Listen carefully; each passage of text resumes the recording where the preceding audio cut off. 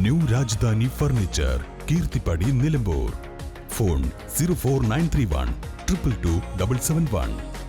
PV Anvar സൃഷ്ടിക്കുന്ന അനിവാര്യ ദുരന്തം UDF അനുഭവിക്കട്ടെയെന്ന് നിലമ്പൂരിൽ ഇടതുമുന്നണിയുടെ തെരഞ്ഞെടുപ്പ് ചുമതലയുള്ള M. സ്വരാജ്.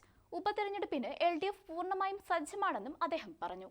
നിലമ്പൂർ മണ്ഡലം LDFന് അനുകൂലമാണെന്നും അൻവറിന്റെ ചേരിമാറ്റത്തിന് ജനങ്ങൾ വോട്ടിലൂടെ മറുപടി നൽകുമെന്നും സംസ്ഥാന സെക്രട്ടേറിയറ്റ് അംഗം M. സ്വരാജ്. നിലമ്പൂരിൽ CPIM യോഗത്തിന് മുന്നോടിയായാണ് അദ്ദേഹം മാധ്യമങ്ങളോട് സംസാരിച്ചത്. ഉപതെരഞ്ഞെടുപ്പിൽ പൊതു സ്വതന്ത്ര സ്ഥാനാർത്ഥിയായിരിക്കുമെന്ന സൂചനയും M. സ്വരാജ് നൽകി. ഇടതുപക്ഷ ജനാധിപത്യ മുന്നണിയെ സംബന്ധിച്ചും CPIMനെ സംബന്ധിച്ചും ഒക്കെ സ്വതന്ത്രരായ സ്ഥാനാർത്ഥികളായി മത്സരിപ്പിക്കുക എന്നതൊരു പുതിയ കാര്യമല്ല. അത് ഞങ്ങളുടെ ഒരു നയത്തിന്റെ ഭാഗമാണ്. തെരഞ്ഞെടുപ്പുകളിൽ ഞങ്ങൾ പാർട്ടി പ്രവർത്തകരെ, പാർട്ടി നേതാക്കന്മാരെ മാത്രമല്ല സ്ഥാനാർത്ഥികളായി തീരുമാനിക്കാറുള്ളത്.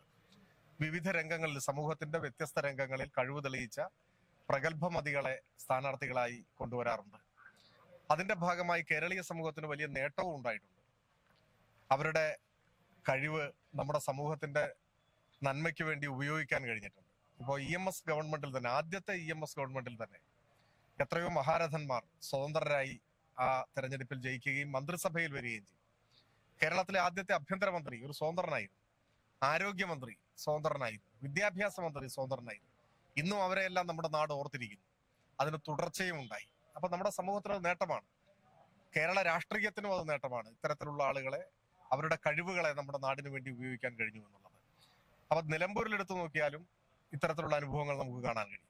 CPIMന് സ്ഥാനാർത്ഥിയെ കിട്ടാനില്ലെന്ന് UDF പറയുന്നത് ജാള്യത മറയ്ക്കാനാണെന്നും UDFന്റെ നിലവിലെ ദുരവസ്ഥയിൽ സഹതാപം മാത്രമാണെന്നും പരിഹസിച്ച അദ്ദേഹം നിലമ്പൂർ ഉപതെരഞ്ഞെടുപ്പിൽ രാഷ്ട്രീയ സാഹചര്യം LDFന് അനുകൂലമാണെന്നും കൂട്ടിച്ചേർത്തു.